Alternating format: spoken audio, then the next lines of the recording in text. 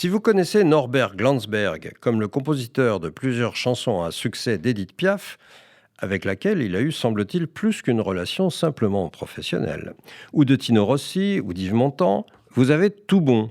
J'aime flâner sur les grands boulevards, c'est lui. Mais il n'a pas fait que cela.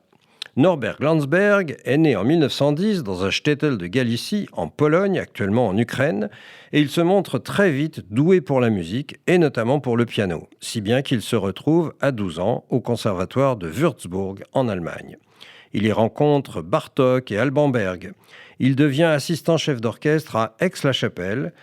La montée du nazisme le contraint à s'installer à Paris en 1933. Alors il joue dans les bals musettes, il rencontre Django Reinhardt.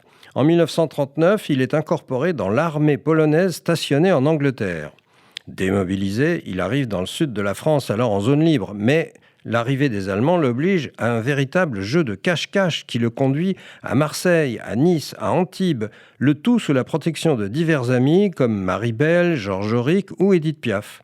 Non sans avoir été détenu en prison 6 mois en 1942 pour détention de faux papiers suite à une dénonciation.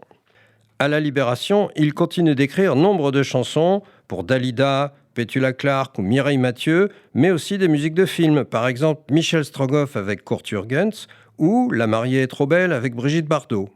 Puis c'est un retour à une musique plus classique, avec par exemple, en 1985, une suite yiddish pour 2 pianos, dont nous entendons un extrait.